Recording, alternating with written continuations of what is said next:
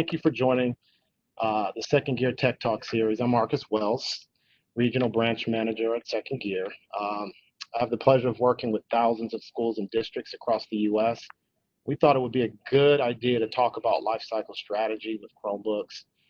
What we see is that endpoint devices are more important today for students, teachers, and faculty. Last week, we talked about distance learning and collaboration. Today, we'll be discussing CLaaS, which is Chromebook Lifecycle-as-a-Service, kind of a good name for the discussion topic here. With the many changes we are experiencing, I think today it's more important that we have the ability to adjust with access, visibility, and control. And again, endpoint devices are more important today for students, teachers, and faculties. We have some presenters here today. We'll do a short introduction shortly. So here's the agenda. We'll go over kind of who we are. I think that's important to get a breath of fresh air of kind of who we are and the family of brands we represent. Why CLaaS, how we support the entire IT lifecycle, logistics, technical support and services, which are important, the financial service offerings, and asset management, which are part of the access, visibility, and control.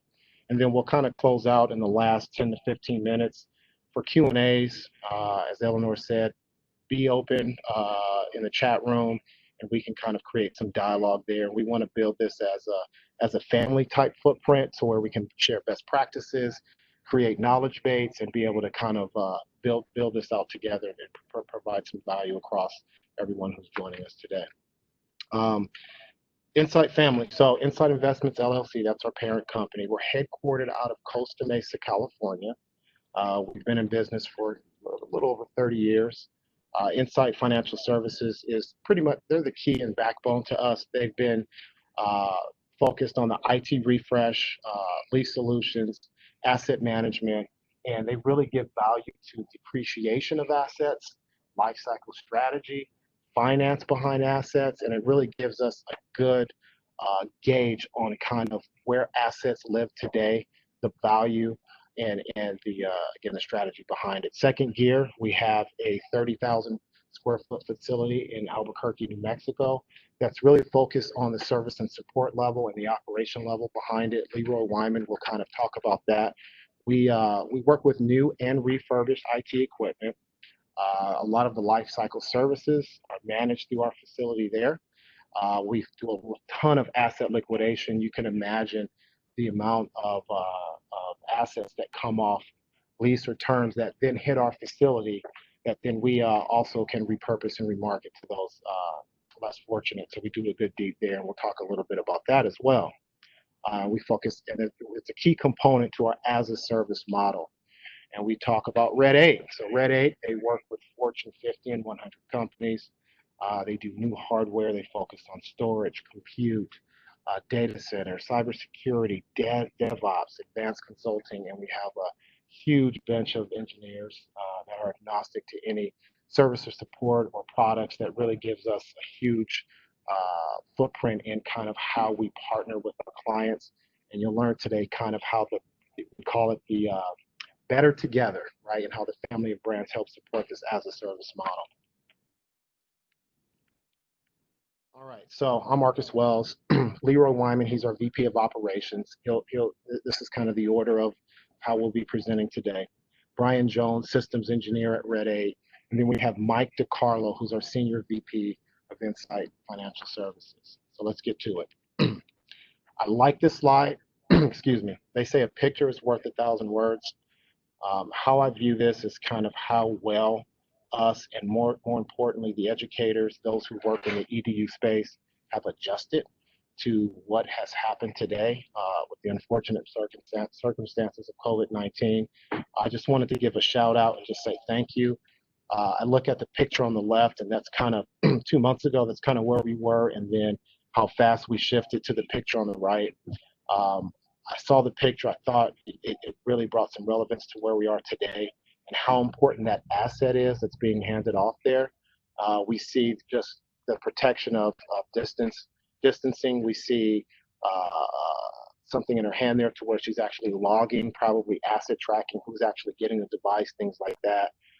So there's a lot that goes into that device, and I thought it would be really important to really paint a picture of kind of where we are today, and giving the ability to adapt to change is what CLaaS is all about, and we'll focus on that. But just wanted to say thank you to all that are part of it. And we learned that the EDU space will continue, and for us to be able to provide value is essential to us. Why CLaaS?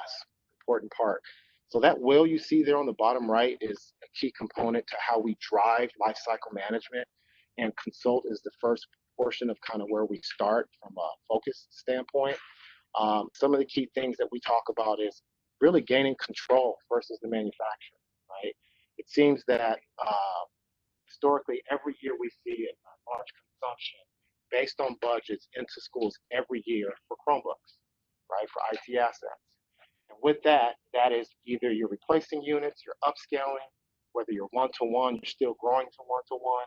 But those who were one-to-one, they either had a mixed bag of goods or whether they had a plan in place, who knows? But there's a large percentage out there that need that strength themselves in the sense of putting money into distance learning. You see a big uptick in budgets and kind of where the spend dollars are going, right? And virtualization. You see an uptick in infrastructure as things become more remote than it was 2 months ago, right?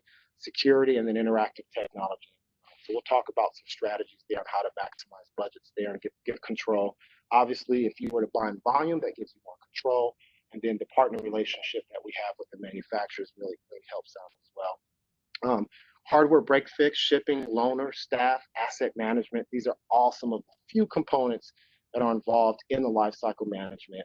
I see a lot where there's piles of Chromebooks or IT at Windows devices, just things sitting around that either have no value or they're still have a cost associated with them, but they're not being utilized, right? So being able to manage that, no unforeseen spikes in spend. That we see a ton of trends in the sense of hardware break fix, the constraint it has on the staff, and then the parts become more and more expensive, right? We were working with a client last week where literally in year 4 to cover, let's say, 1,300, 1,500 assets, it was close to $500,000 in year 4, just from a line item SKU just to cover those assets. When we know in year 5 the depreciation value is substantial, and investing $500,000, knowing that asset, when that comes off of that warranty coverage, really has limited to no value. So we see a trend there. This is a big one. In pure dollar stream of rents for equipment usage can be less than an outright purchase. So we have a unique way that we find it where we create these deal structures, and Mike DiCarlo will touch on that, to where in most cases, if you look at a bill of materials or you look at a total purchase price, you look at spreading that payment out over 36 months can be less than what it would take for you to cut a check out on a net 30-term PO. And we'll talk about that. Huge value there. Access, visibility, and control. We'll get into that. That's our embedded AMIS asset management tool that comes a part of this program. We see issues on how managing break fix, what's a loaner, what's out there. That picture indicated how these assets are being now moving faster than they ever have, and it's changed, right? And we see an uptick in break fix. And how do you manage all that? So we'll get into that. Natural refresh cycle. So, we start off, one of the key questions we love to ask is what's your refresh strategy do you have, right? So when we talk to really the people who are frontline in the sense of who's performing the break fix, IT staff, we always say, what's the magic wand look like? And it's, well, if I can have everything consistent, up to date, be able to do all these things, this would be perfect, right? So this gives the ability for us to position you all in a sense to be able to grab more audience internally that will then bring value to the lifecycle management strategy for your school or district. We're looking at Chromebooks and PCs. Fun stats here. These are really just fun stats, right? PCs experience 53% more security breaches, right? That's on the Windows. Chromebooks can cost 59% more to support, right? And as time goes on, more support, coverage. If you have mixed fleets, now you have different types of parts for different types of products. We see that a lot. And then indirect costs, outdated technology. That's pretty self-stated there. And the biggest one is students and staff having access to leading and innovative technology. So what we found is our clients who are on this program, they were more prepared when COVID-19 hit than most who were not a part of the program or didn't have a form of a life cycle strategy, whether it was not with us or something, right? So, and what that meant is they had all the moving parts a part of that wheel controlled, and it was with a single partner, which is us. And we all know that there's a lot of moving parts with licensing, asset management, break fix. Uh, people are handing paper packets out at this point, right? Trying to just survive and make sure that the kids get the curriculum. So when we look at this, we saw that those who are part of programs like this, or in a sense, had some form of life cycle strategy behind the IT assets that mirrored consistent with the budget, it really had them prepared to be able to perform the needs of the students and faculty. So that was good. So I'll just kind of break down this wheel, the wheel, if you will, right, in some sense. So we start with consult, right? And consulting is basically where we partner, develop, and understand your business needs, and current technology trends and processes. Then we move to acquire, right, where we leverage our best of breed partnerships and our buying capabilities of our financial and operation benefit, right? So that's where the CBOs, CFOs, and it creates this room where there's such power in there to where in the acquiring stage, what happens after the acquiring stage and the consume, integrate, manage part. So we kind of plan ahead through the acquiring stage and kind of really share some best practices there. The consume, that's consuming the product, that's where we provide financial vehicles upfront to consume technology and services to meet the needs. Integrate is a big part where we integrate, install, provide knowledge transfer for your solution. We'll get into all this and break these down into some detail today. I just thought I'd kind of go through this well in a quick overview. Manage, that's operational assistance and continual maintenance of your infrastructure. Extend, that's where we extend the useful life of your IT assets through repurposing and cascading. So I like to stop here on the extend part, right? Extend and maximize are our key component, and that's where obviously in a sorry, so extend and maximize. So I'll cut it here and I'll pass it off to Leroy, and who's our senior VP of operations. All right, thanks. Thanks, Marcus. All right, let me introduce myself. So I'm Leroy Wyman. Good morning, everybody. Vice President of Operations. On the logistics side, I've been doing this about 25 years, supporting technology refreshes across education, financial institutes, healthcare, retail, point of sale opportunities. The last 7 years, I've been with the Second Gear team. And I'm here to share some of my scar tissue from the years to accelerate your guys' opportunity to successfully deploy equipment in your environment and remove it and decommission it as well. Next slide, Marcus. So we have a facility in Albuquerque, New Mexico. It is intended to be a supplement to help support your refresh project. It's ISO compliant. We have a secured 24/7 monitoring that takes place at this facility. So the equipment is in a position where we don't have any exposure related to it. In that, it supports both new and used equipment rollouts for HP, Dell, Lenovo, Asus, and Acer, and then there's a bunch of other miscellaneous activities that happen in there. It's full-time staff. There's roughly 75 folks that operate out of this facility. It has a very robust infrastructure in it to help us deploy images and data in a very rapid fashion. We have a little side note down there in the bottom. It says home to over 130,000 systems. That's a temporary home. So basically equipment comes in, whether it be new or used. It gets staged in this facility related to either off-lease returns that come in here, equipment that we've acquired to support a refresh for our clients, again, across the education system. In that process, basically that equipment can walk down several paths, one of which it can be kitted. So if equipment comes in that we've supplied and or equipment that's come in from other partners that are out there, we can take that equipment, kit it together, put it in a position where it can be deployed out to an individual or in bulk to a location to support like an entire facility and or school district.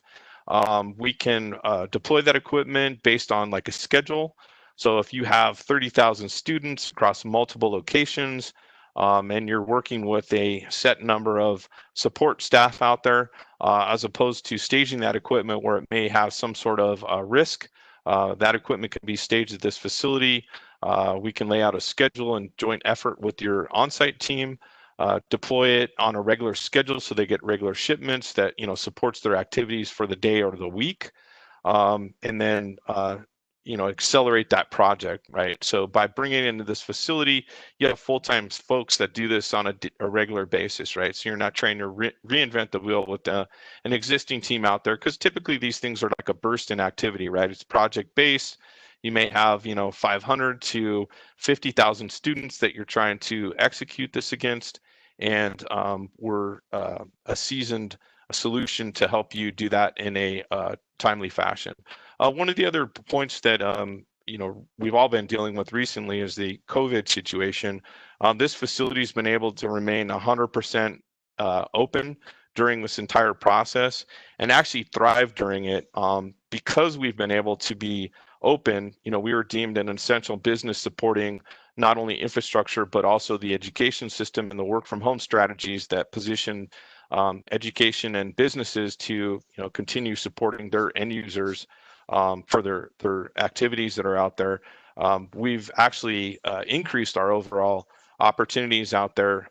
New Jersey and New York, they went through a pretty abrupt shutdown, and so we ended up supplying depot type services for these organizations where any new requests that they had out there, recovery, break fix type activities were all able to be facilitated out of this location on the logistics side. So it was a good partnership, great opportunity. We continue to do that. We continue to operate under very strict guidelines related to safety and how we deal with the equipment and the sanitization of that equipment, so that we don't introduce any risk into our existing environment or pass it on to any folks that we supply equipment to. Next slide. The second half of this is really the reverse logistics. So once we've brought that equipment in, we've inventoried it, we've supplied it out, the on-site team has executed on the deployment of that equipment. You have an activity that not a lot of folks think about, but it ends up being kind of a pain point, right? Because this equipment, as it's basically being de-installed, whether it be at the end of a school year or at the end of a refresh, it accumulates fairly rapidly, and typically there's no space. And then all of a sudden you're in the situation where you have all this stuff accumulated and really no game plan, right? And then it turns into a bit of a fire drill. This is an opportunity for us to get on the front side, also supply this type of service so that it doesn't turn into a bit of a fire drill. So that equipment, as it's installed on the new side, the old equipment is retired. We can work with you to stage that gear in an appropriate fashion, based on the size of the facility. We can schedule pickups associated to that equipment, get that equipment returned back to our Albuquerque facility, walk through a process to reset that equipment if it's retired Chrome devices, or if it's desktop or laptop related, we can do a data destruction through that process. Into these situations, depending on how old the equipment is and your typical life cycle that you operate under, in those, we may be able to take that equipment, grade it, and supply a credit to your organization that can be applied to your new equipment that you're acquiring. When this equipment comes back in, if it walks down the path of being a viable candidate to have a credit, then typically that gear gets refurbished and it gets remarketed out to the education system, to organizations or facilities that have maybe a little bit more constrained budgets, and they need to make their IT dollar stretch a little bit further. Or if it's beyond being able to be refurbished, then we can e-cycle it, and in the same situation we would record the asset information, serial number, and so on, and supply a certificate of disposal that protects you, identifying that you handled the equipment in a responsible fashion. Next slide. Here's an example of a recent combination that really worked out well, and it basically turned into, IT services, for good. We had a refresh that we supplied to a commercial account on the East Coast that was approximately 3,000 units that we deployed over about a 60-day period. It was about 150 locations that we had a schedule that we needed to adhere to. Utilizing this facility as we deployed that equipment, we did the reverse logistics associated to it. When that equipment came back in, it was definitely a candidate to be redeployed out and refurbished. We were able to partner during this kind of outbreak that took place, and distance-based learning, where we had some organizations on the education side that really weren't as prepared for it, and they didn't have a one-to-one initiative. In the pictures you can see, CompuDop was the organization. Russell Westbrook donated quite a bit of funds to support this. There was a discussion that Jimmy Fallon got involved in, and there was several press releases associated to it. And through this process, we were able to distribute roughly 1,000 refurbished Chromebooks out to students at 12 or about 10 regions, right? Most notable being Houston, Chicago, and the DC area. 3,000 of those were desktops that we added a Wi-Fi component to, and were able to supply those out to students that literally at that point were kind of dead in the water and didn't even have a piece of equipment to be able to continue their education on. So it was kind of a win across the board, right? It was trickle down effect. We were able to get it out in a timely fashion through the organization. It really put us in a position that accomplished great things for our kids. With that, I'd like to transition to my counterpart, Mr. Brian Jones, the smarter of the two of us, and he's going to talk through the technical aspects of how we can facilitate this equipment through our organization. Brian, take it away, sir. All right, thank you very much, Leroy. Good afternoon, everybody. I am Brian Jones. I'm a senior systems engineer here at Red 8. I've worked in the IT managed services arena for a little over 25 years, mainly focusing on delivering services to the data center, to the cloud, and to endpoints. When we start talking about our technical capabilities, I'm going to start out with discussing our reverse logistics and then transition into the device deployment. So as a tie-in to Leroy's reverse logistics conversation, when we receive a device back, we perform a comprehensive series of steps to really bring that device up to our standards. These steps include a detailed inspection of devices where we remediate any signs of wear, decay, or dirt. So what does that really mean to you, right? What it means is we're going to repair any scrapes, any dents, any scratches, so that the appearance of the device basically looks like it's brand new out of the box. If applicable, we'll remove the device cover and inspect all of the interior components. We're going to blow out any dust, dirt, debris that may be on the motherboard or on the fan. Basically, if anything doesn't look right on the inside, we're just going to replace those components. Once the device is free from any signs of wear or breakage, we're going to power wash the device, which is this is a Google terminology, and it basically means we're going to reset that device back to factory defaults. This effectively allows us to wipe the device and remove any remnants of the prior owner's data. After the power wash completes, we load the device with a second gear Google account, right? This allows us from here to begin testing all of the exterior type components. We could start by testing out the Wi-Fi, the keyboard, the display. We can continue all the way through testing items such as USB ports, card readers, the Bluetooth, the camera, the microphone, the speakers, etc. Anything that's a physical component of the device, anything that is obviously in need of repair, we'll remediate that and repair that right on the spot. Once everything has been tested out, it then goes to a completely different engineer who performs the final inspection. This engineer, they're going to perform a visual inspection. They're going to get the device prepped for new deployment, and they're going to do a final wipe down of the device before it is placed back into inventory.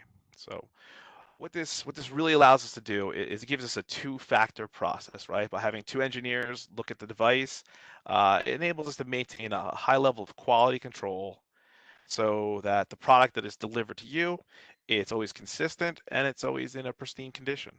We perform this same series of steps for any device that comes in for a warranty repair as well. So from both the refurb side as well as the warranty repairs.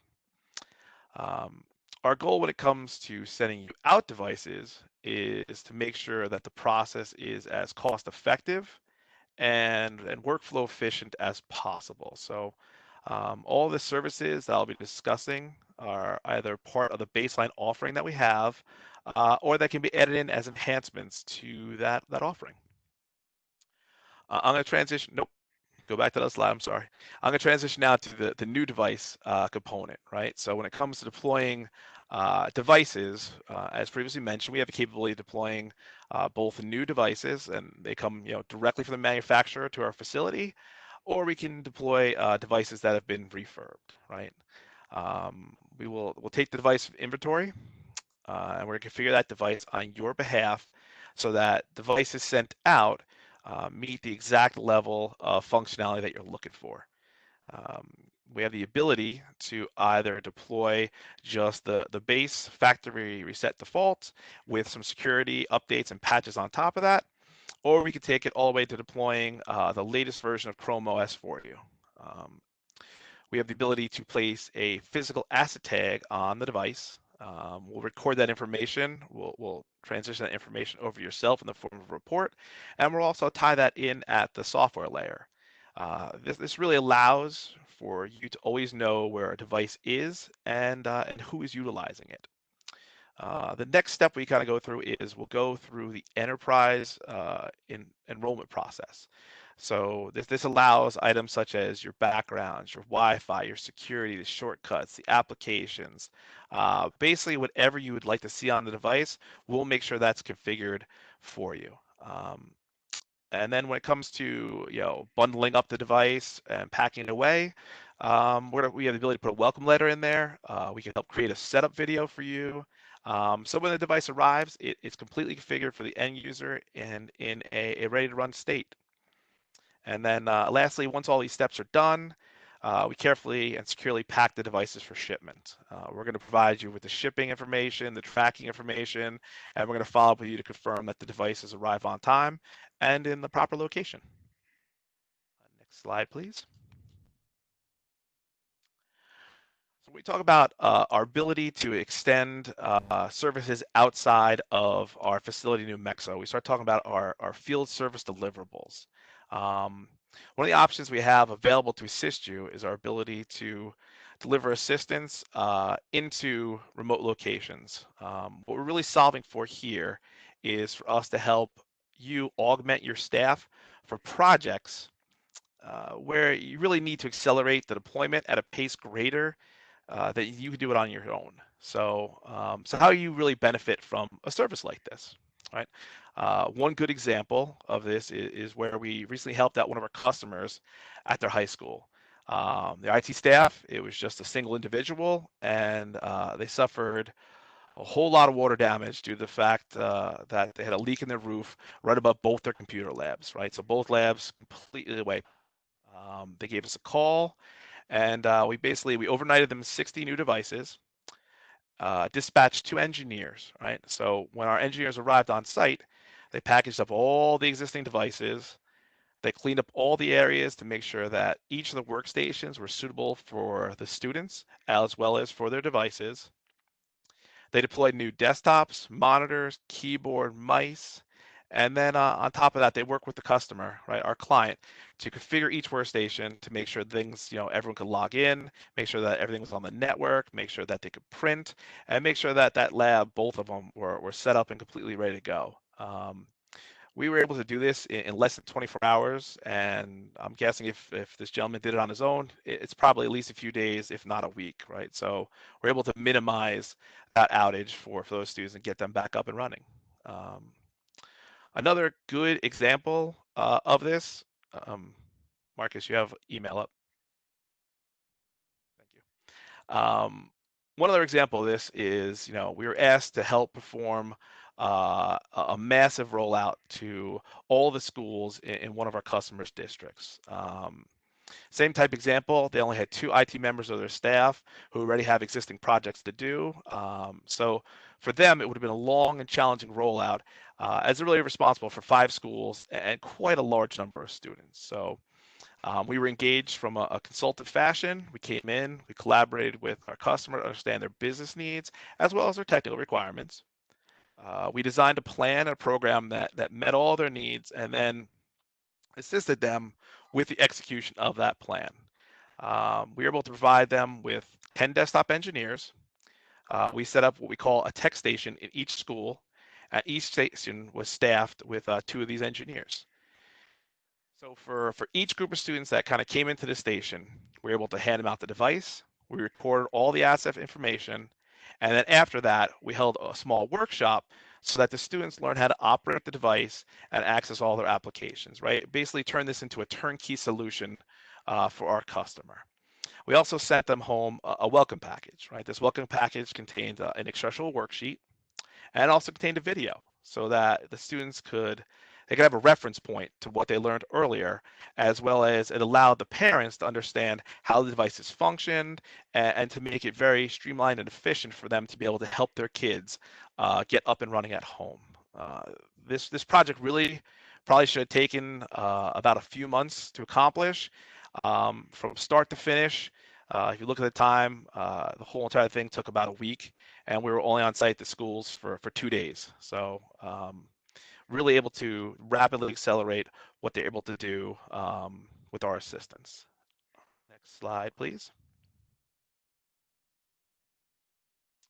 All right, so a space that is near and dear to my heart is the managed services, right? And how Second Gear can help you with that. So when it comes to being able to provide the best experience to your staff and your students, I'm pretty sure everyone knows that problems don't occur only between 7 and 4 Monday through Friday, right? So we also know that if you're spending time fighting fires, repairing broken devices, all those sort of activities, it means that there's way less time for you to spend on improving the quality of all your other systems, right? Most people aren't involved in just endpoint. There's a lot of other things that go involved in schools, classrooms, things of that nature. So what we really offer is the ability to eliminate some of these IT burden type of tasks.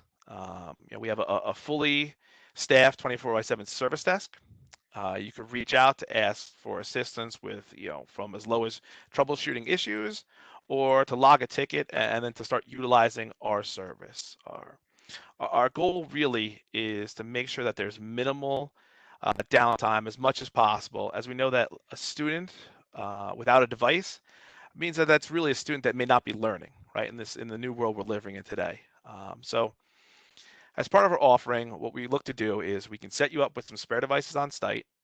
If a student has an issue, you can deprovision the Google license from their existing device, provision it to the new device, and then you can let us worry about all the rest, right? We'll worry about the remediation of the hardware and everything that consists there. So we'll send you the packing materials, we'll send you a shipping label, and everything will be taken care of in our facility out in New Mexico. So as I previously mentioned, we'll go through an exhaustive series of steps to make sure that the warranty repair is done quickly, it's done correctly, and then we'll make sure that that device is promptly sent back out to you so that you have it available to your use almost instantly.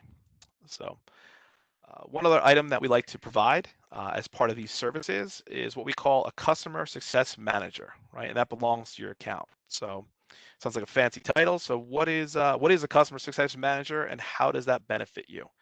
Well, the customer success manager, the role is to be a liaison between yourself and all of our brands out there, right? So Second Gear, Red 8, and Insight Financial, right?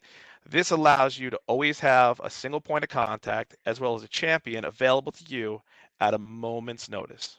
Anything you ever need, you have a hotline directly to the assistance that you're looking to get.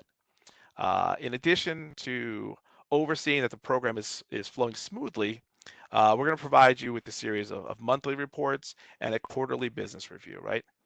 These reports, they'll provide you a granular and detailed level of insight into how the service is proceeding. And it also kind of allows you to look at some forecasting, some trend analysis, and really see what's going on with the devices that are inside your environment. So, as I want to wrap up, the one thing I want to say is that our promise to you is to deliver you a world-class level of service so that you can focus on the things that enhance the quality of service that you deliver to your students. So thank you very much for allowing me to provide you some insight into our technical and services capabilities. And Marcus, back to you.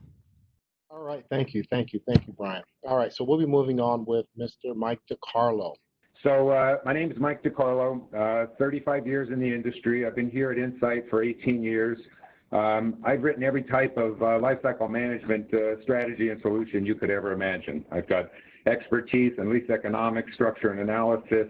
I help clients with total lease cost of ownership, portfolio and asset management and review. And I've been asked to talk today a bit about the CLaaS and how to introduce that similar approach into CLaaS. So next slide, please. Okay, so from a financial perspective, Chromebook Lifecycle-as-a-Service is an all-inclusive agreement that includes everything: your technology, the software, G Suite for education, Google Chrome management, an asset management online system, all the lifecycle services you've heard about, from white glove setup through configuration, deployment, and ongoing maintenance and monitoring. And then our financial services takes all of that, we're the glue, and we bring you back a fixed payment on a per device, per month basis. It doesn't have to be monthly. It can be quarterly. It can be annually. A lot of the schools like to pay annually, where they make 3 or 4 payments. You can also include optional accidental damage protection. And then how do we keep this process current? Lifecycle management is a process, right? It's a dynamic and iterative process that changes both the technology and the service profile over time. So we're constantly shifting and adjusting and making sure that the right lifecycle meets all of the requirements of the school districts. Next slide, please.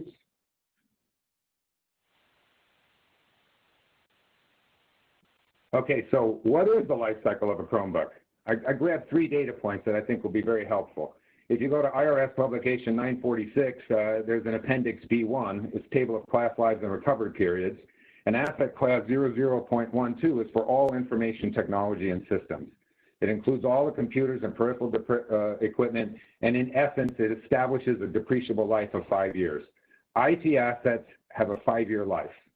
Now, when you apply what's called an operating lease test, which is that the lease term can't exceed 75% of the anticipated useful life of the asset, 75% of 5 years is 45 months. So typically, we write life cycles, and for this type of distributed asset, in the 36 to 44 month range. But a good practical life cycle for Chromebooks is more like 3 to 4 years. Google only supports the Chrome OS for 6.5 years from the release date. I'd say 90% of what we're doing is really 3 and 4 year, and a lot of it's quarterly, annually, but again, you can go monthly or any period that works best for the school district. Next slide, please.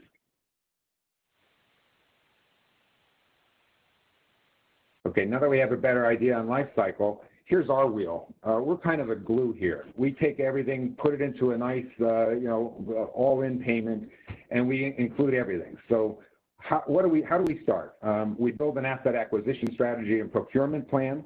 That includes everything from, think about what we do. We see hundreds and hundreds of millions of dollars worth of quotes. We do a price watch, market watch service. What we try to do is make sure you buy the right product at the right time for the right price. We incorporate that with whatever lifecycle solutions, service solutions you've selected. We then lay out a procurement plan. We actually issue the POs on your behalf. We reconcile all the invoices. We manage any debt on arrivals or returns, and we build this all into a nice strategy.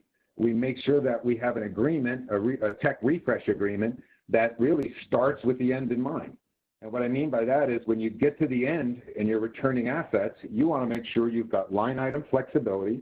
So in a contract, we include things like partial return language, serial number substitution, like-kind exchange, so that when you get to the end of this refresh or life cycle, you actually have the ability to send it back, start over, and or make decisions on a line item by line item basis. You want to keep something, you want to return it, you want to go month to month, you want to build some kind of fixed renewal. All of that is available to you.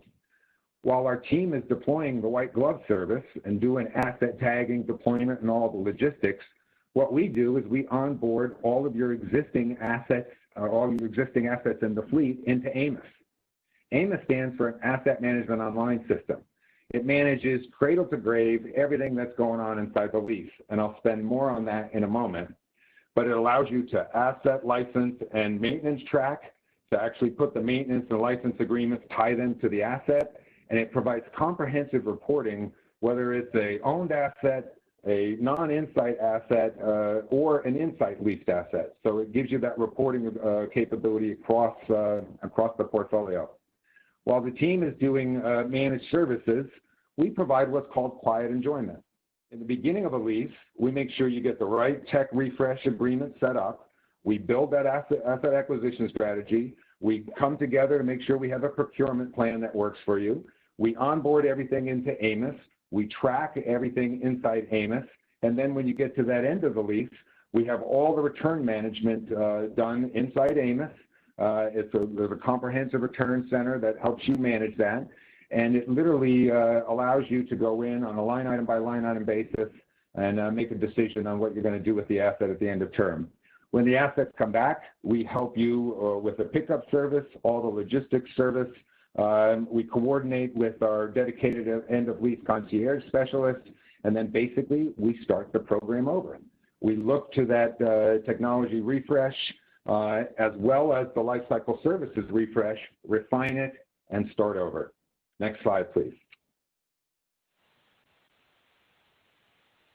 I spoke a bit about AMAS. So AMAS does the following. It gives you a centralized document repository for managing all your documentation. It integrates that document repository with DocuSign. Then I'll show you that in the next slide, but it allows us to literally push everything out electronically, and when it's signed, it auto vaults inside AMAS. It provides an executive dashboard that gives you a view to all your portfolio metrics, and all your portfolio reporting. You can literally pull every type of report you could ever imagine from AMAS, from asset disposition reports to portfolio summaries to portfolio reports to right-of-use asset lease liability reports that are required if you're doing leasing under GASB 87, which is a lease accounting requirement that all the school districts have to abide by. And it literally will tell you what your spend is by manufacturer, look at the assets by category, and it will do everything and anything you can imagine within the portfolio to give you lease management, asset management, reporting, and integration. In essence, under GASB 87, you have to have access, visibility, and control.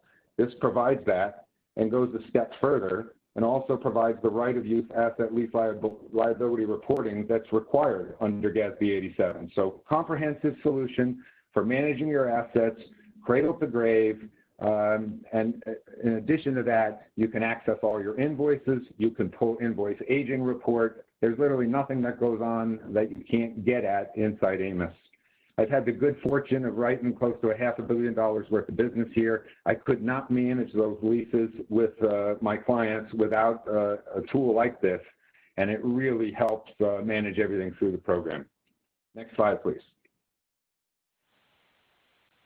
We spoke a bit about this. I can't say enough about it.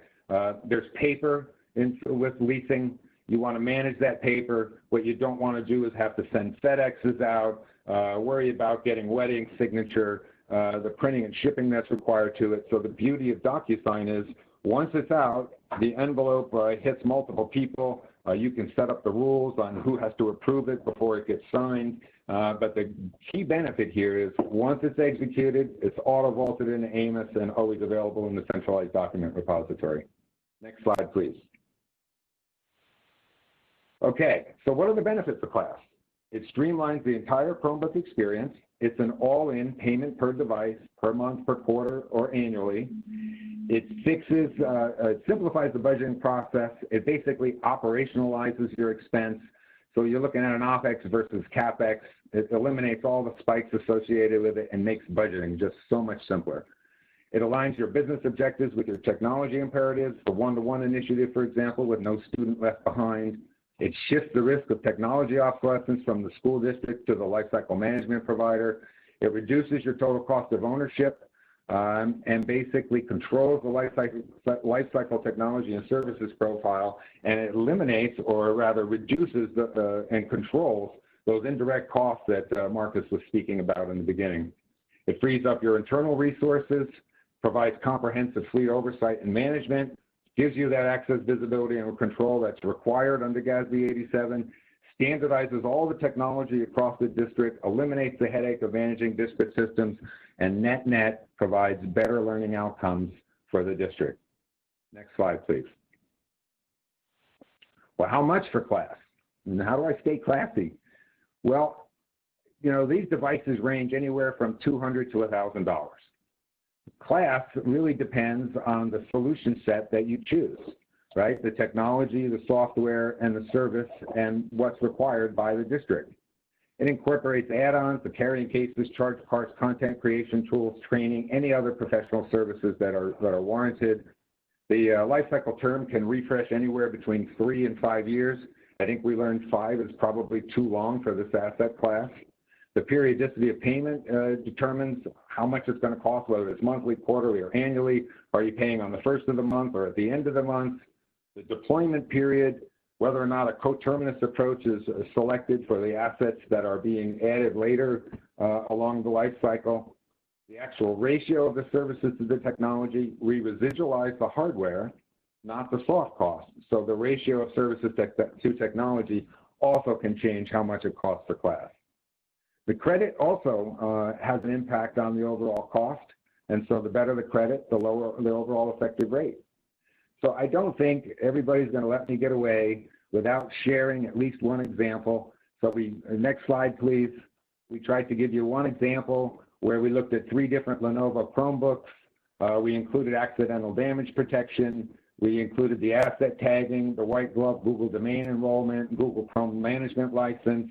And then we brought all that back. In this case, this particular school district wanted a 3-year term, and they wanted annual payments 3 times on the first of each year that the lease started. And you can see here it ranged anywhere from $98 per year per device up to $128 per year per device. That was all inclusive of those particular set of services. And you can add any types of services you want, and we bring you back a payment per device type solution that includes all the lifecycle services, all the technology, all the software, anything that's included. We provide the access to our asset management system to track and manage the assets, the licenses, the maintenance contracts all through their term. We provide dedicated concierge service both at the beginning of the lease and at the end of the lease to ensure that we built a plan that works for you, that we're managing to that plan. And then when the asset comes back, you have a 1-800 number, you call that number, we come pick up the device, and you never have extraordinary expenses along the way. So that's my presentation. We are going to open it up for questions, and we would be happy to help in any way we can. All right, thank you so much. Very informative. Appreciate the time and effort. I just wanted to thank everyone again on the call. We're right on time at 10:50, 10:51, and we wanted to pretty much open this up to any Q&As, anyone that may have any questions or any feedback, or just would like to chat about this at all. So just wanted to open it up. And one thing that someone asked is if this webinar is going to be recorded, and I just want to reassure everyone that we are sending the link out to everyone that attended. You'll see an email come tomorrow morning with the link to this webinar to view, and it's also available on our Tech Talk Tuesday webpage too. awesome. Okay. Hey, Eleanor, as part of that, can we send a link with the virtual tour of the Albuquerque TC? Yes, I know we course. didn't want to do it on here just because it has the risk associated to it, but I think that'd be great. Thank you. Yeah, and I'll say that we have coverage all across the U.S. We have AEs that cover particular regions, and I'll be willing to hop on a call and just kind of share some best practices, examples, and kind of walk through kind of current versus proposed as well.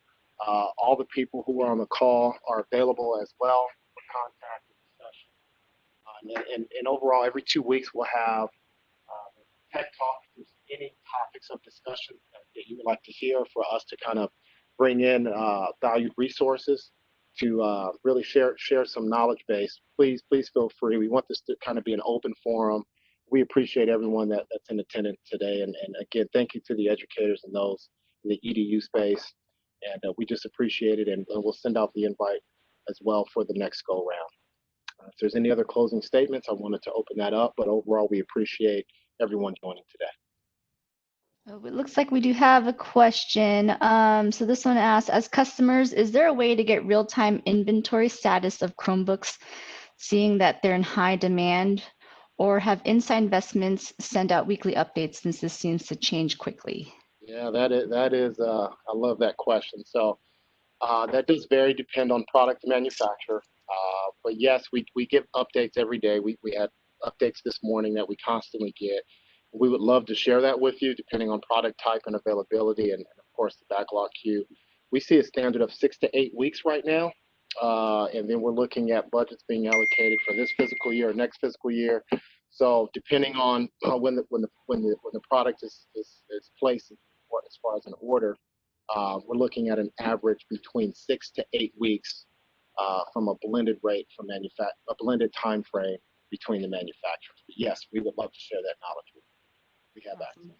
Thanks, Marcus. We also have another question. The question is, can the Amos Asset Manager system only be used with hardware agreements with Second Gear Red 8, or can we also load our existing hardware that was purchased outside from other vendors to track life cycles? I know the answer, but I'll let Carlo. Mike DiCarlo here. We can track what we call external assets, which are assets that are leased by any other financier. We can track owned assets, which are assets that are owned by the client. We can track inside assets, and there are tabs for each of those. And so the user can go in and just pull the inside leases, just pull the external leases, just pull the owned assets, or look at a tab that includes all of them. So the answer is yes, all of them. Perfect. Great. Thank you, Mike.